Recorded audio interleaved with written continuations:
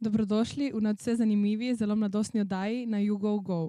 Danes se bomo posvetili vedno aktualni temi, prostemu času. Kako mladi preživljamo proste trenutke? Kaj nas zanima? Imamo dovolj prostega časa? Pogosto ali prepogosto brskamo po telefonih? Smo dijaki 4. letnika programa Zdravstvena nega Gimnazije in zdravstvene šole Nova Gorica. Z vami bi radi delili svoje poglede na preživljanje prostega časa.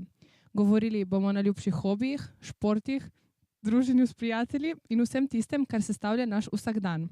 Seveda ne bomo pozabili tudi na pomembno vprašanje, kako sta povezana prosti čas in učenje.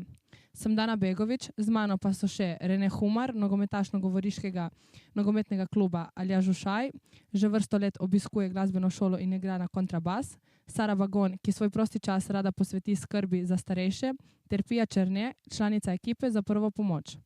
Če vas zanima, kako mladi preživljamo prosti čas, ostanite v naši družbi. Pa začnimo. Kaj običajno počneš, ko nisi v šoli ali pri drugih obveznostih? Torej, običajno se probam sprostiti, delati nekaj, kar ne vključuje stresa, mogoče kakšen sprehod v naravo ali pa se družiti s prijatelji in družino. Kako pomemben je zate prosti čas? Kaj ti pomeni? Zame je prosti čas zelo pomemben, saj ga po večini ni veliko in pomeni mi predvsem sprostitev in oddih od šole.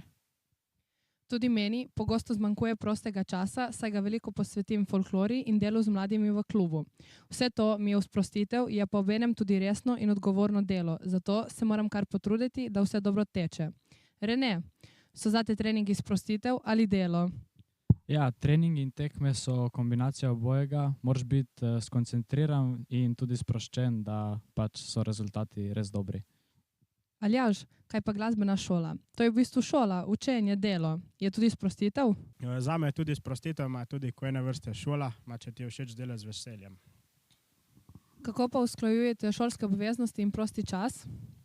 Ja, prostega časa je pač zelo malo in se moraš imeti nek urnik. Jaz si na začetku tedna naredim urnik, postavim neke prioritete, kar je najbolj pomembno za tisti teden, neke tiste ocene, kjer pridobivam tiste predmete, pač se učim.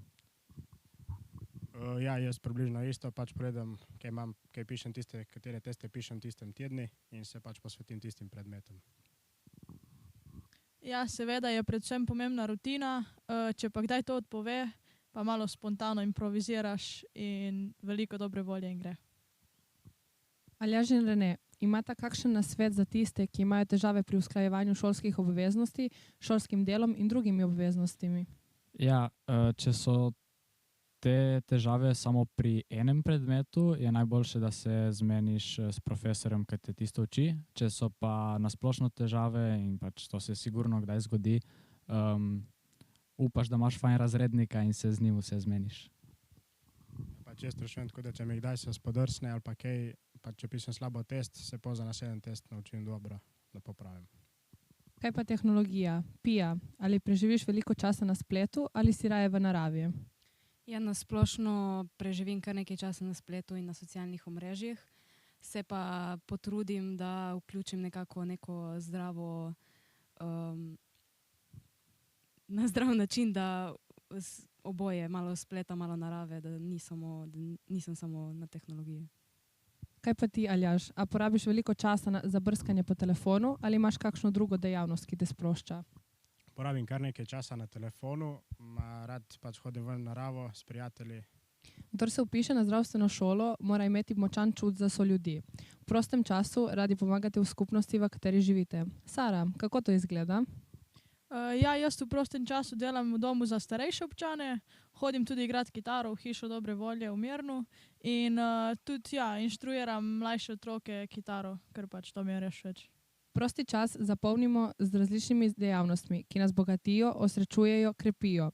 Izbiramo jih vsak po svoje. Kako bi bil videti tvoj idealen dan prostega časa? Moj idealen dan bi se verjetno začel že zgodaj zjutraj, ker sem jutranji človek, potem bi pa verjetno večinoma časa preživela z družino in bližnjimi in verjetno veliko zunaj. Moj dan bi pa bil videti tako, da bi pač vstal zjutraj in pa bi šel nekam pohajati s prijatelji ali pa z družino. V mojem primeru bi pa raje mogoče malo dlje pospala, ker drugače mi šola to ne dopušča. In si mogoče organizirala dan malo s prijatelji, malo z družino, počela kakšne stvari, pogledala kakšen film, kaj tazga, kar me sprošča. Ja, jaz sem tudi jutranji tip, zato bi verjetno ostal kar zgodaj. Bi pojedel en dober zajtrk, šel na trening, ker me pač res nogomet veseli. Pol bi spet kaj dobrega pojedel in po kosilu bi šel verjetno s prijatelji na kolo, pol pa poledil kakšno dobro tekmo in preživel večer v družbi najbližjih. Tako smo v času, ko nismo v šoli, razmišljali mi, dijaki 4. letnika zdravstvene šole. Vsem želimo veliko lepih trenutkov. Naj vas napolnijo z veseljem, da ga boste lahko delili z drugimi in svet bo lepši.